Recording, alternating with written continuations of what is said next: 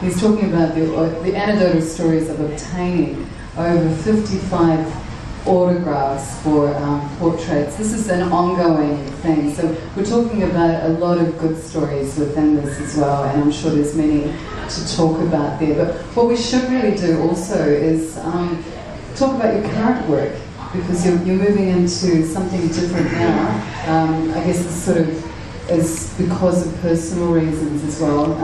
There is a little bit of darkness about this. You're calling it a shadow play. So tell us about your work currently. Okay, the shadow play series of paintings that I'm doing, the term has come from a music background, I think, because I'm very into music. I've taken the name from a band, Joy Division. I just like the name of the title, and I think it suited the style of painting that I've created. It is very dark. It's something that I have recently gone through a very dark point of my life, and this method of painting and the style that I fell upon just really captured how I felt and have felt for a short period of time in my life, and I've just almost completed a self-portrait. I don't actually want to reveal how I created it. The methodology is hush-hush, but we will give our viewers an opportunity to see the work soon when you read out your poem of choice. But just, is this going to be continuing the darkness within the portraits of famous people? Not necessarily of the rock stars and the people that I'm meeting. I don't want to project them in that way. It's work I am using it to paint a series of portraits of dead rock stars.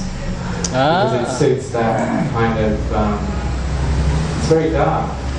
It's not exciting, it's very dark. It's a bit sort of, deathly looking, I suppose, but last week mysterious is a beautiful word, isn't it? Last week we featured Kurt Sorensen. He's a Sydney photographer. He's like the kind of Prince of Darkness. Now we've got another form of darkness, but it's quite beautiful work. It interplays with light, and that's something that you're really sort of looking towards. Yeah.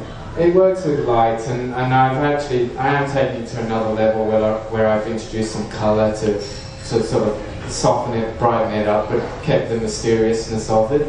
The series that I'm currently working on will be of Hollywood screen legends that have passed away, and so the mystery that surrounds some of those people's deaths I wanted to capture in the painting, but I don't want it to be too dark, so I've introduced some colour, but actually still maintain the mysterious of it. But yeah, nobody knows how I've done it. It's just the fun part. It's mysterious. Yeah. Dark and mysterious. Now, thinking about your incredible collection, I mean, obvious reasons, these stories of actually obtaining the autographs themselves and meeting these famous superstars. But, it's actually quite a unique collection as a whole. Yeah. It must be quite difficult to sort of know that you've got that sort of nearby in a space and place. How do you keep it? Because it must be worth a lot of money. It is worth money, but it's just an unusual topic. I've kind of put myself in a bit of a niche with that type of work because it's only going to appeal to certain people. If I paint a portrait of Mick Jagger, some people can't stand Mick Jagger, so it means nothing to them, it's worth nothing to them, signed or unsigned. So I've got myself in a little bit of a niche in that way, but originally I did this collection for myself. It wasn't something that I wanted to be public originally, but it's slowly going that way. But yeah, it's just... Well, you were just telling me before we started filming that Michael Crawford is one person who's very well known. Also known, you might be familiar with Frank Spencer, whose character is, anyway. Very different to the Phantom of the Opera. However, he is in Sydney at the moment. He likes your portrait. It will be used in an upcoming album release. Yeah, wow. I painted Michael for a charity auction. The painting will be autographed tomorrow and will go to auction, but he liked it so much they've decided they're going to use an image of it on a box set of CDs that will be released later in the year, so that's something that's fantastic to get my art on the cover of an album, because it's still music related, and that's what I want to do. I've always wanted to work in music, really, so I'm really pleased. It would have been great if it was the Foo Fighters or somebody like that, but I'm not complaining. Michael Crawford is still someone I really respect, so it's good.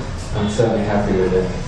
Well, that's sort of quite serious money coming through in regards to royalties and so forth, but how do you plan to sort of utilise these works if they are your personal collection? However, there'll be a lot of people wanting to sort of experience themselves, like in the exhibition last year, Brush with Fame, as part of the Sydney Fringe 2011. What's your plans for, are you looking to exhibit again? I am looking to exhibit again. The Brush with Fame exhibition that I had, because of the autographs and the unique thing about it, lots of people are keen to see it again and again. So certainly will be exhibiting again, but I am sort of concentrating on doing some new work. I won't stop painting portraits of bands and musicians. I'm still doing it. It's something that I will probably always do. But do they have to be famous, or can some contemporary Sydney outfit be in the running and say, come and draw and do us? Is that what you're open to? I am open to it, but you'll be surprised that bands, the smaller bands, the lesser known bands that I've approached are the most difficult ones, which is a surprise. I found that the super groups are the ones who are often the easiest. Well, that's an interesting sort of fact, isn't it? We're talking with Lee Severn. He's a portrait artist from the Blue Mountains, residing in Hazelbrook. We're going to be getting into read his poem of choice here at poeTarts on the 10th of March 2012. But before we do, I want to pull out another anecdotal story, something that comes to your mind that's really poignant and quite as strong out of all of those rock stars and superstars that you've met. Is there anyone else that you can sort of give us a little bit of an insight or a scoop, as it were, on? If you're looking for an interesting story, I can tell you a story about Bo Diddley, blues player, who's deceased. He was another difficult one. He's the only person I've met who actually wanted me to pay him to sign my painting. And I said, how much do you want? And he was umming and ahhing. He said, oh, let's call it 100. I said, you want me to give you $100 to sign? And I said, I've got a ticket to go to your show. I've already spent in excess of 100. And then he turned around and said to me, do you have another painting you can give me? I said, no, I don't. I only have one, but I can do one for you if you want that. He said, when can you do it? By tomorrow? I said, no, I can't do it by tomorrow, and I don't have $100 cash on me. What are we going to do here? He refused. He said, no signature, I'm sorry. And that was the end of it. So I still went to the show. Mr. Diddley do with his business, business orientation from Bo Diddley. There's something really wrong with someone being so business orientated with a name like Bo Diddley. Well, Lee, it's been a pleasure to talk with you on poeTarts. We're going to get you to introduce the poem of choice that you've got. It's a prose poem. The poem that I'm going to read is by an Australian poet. His name is Graham King. And appropriately, the poem is called The Rock Star. Great theme. poeTarts, 10th of March 2012, on the couch with Lee Severn. Okay. He gyrates in the light, pulsating, moving lewdly like he did in the old days. But now he can hear his breathing above the music, and the sweat doesn't bead. It runs in rivulets, vertical lines, matrixing the made-over wrinkles and causing the tight costume to be even more uncomfortable. It doesn't matter. They love it.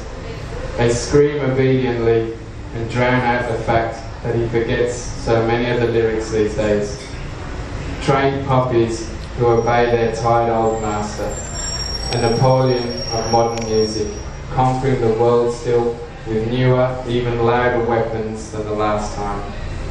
Light show, compulsory enjoyment for all, who need to convince themselves that it's worth the inflated ticket prices. He looks down and spies a gum wrapper caught under the corner of a monitor speaker, and in the midst of a power ballad he is transported back to France, to so long ago when he aspired to be a writer and lived in Havre. He thinks of the girl, of how he had never found another girl with such total innocence and beauty. He had taken her in a hayloft and she cried. The crowd screams and he realises that the number has finished. Mincing sexually to the drum podium, he drinks deeply from the bottle containing the magic concoction, the wonderful wizard's potion that keeps him on his feet. The drummer counts in the next song and he moves to one side of the stage.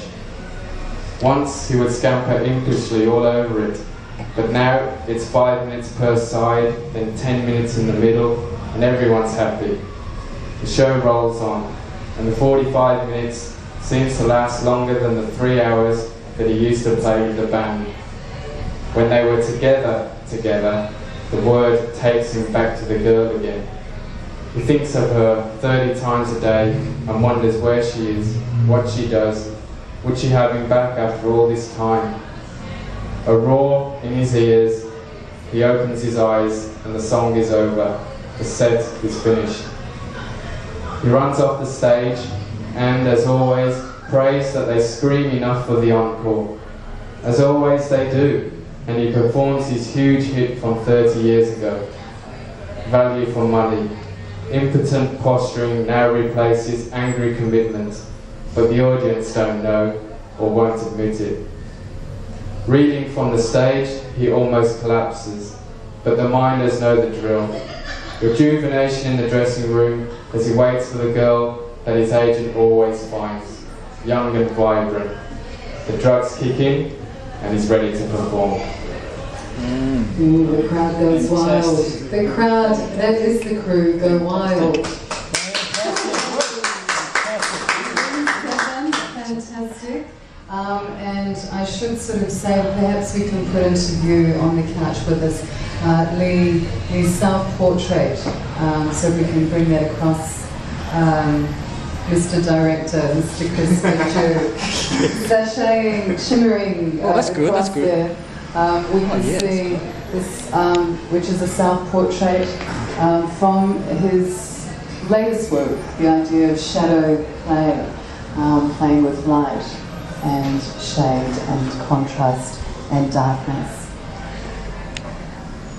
I know this could also be entered into the Moran Art Prize. Is that what you're looking to do as well with this particular work? Yeah, that's what I'm aiming for. So once I'm happy with it, I haven't even decided if I'm finished with it. I may do some more. It's an exciting piece, and it complements what's going on, I think, with what's happening with you at the moment on a personal level. Can we thank Lee Severn for joining us here on poeTarts for 10th of March 2012.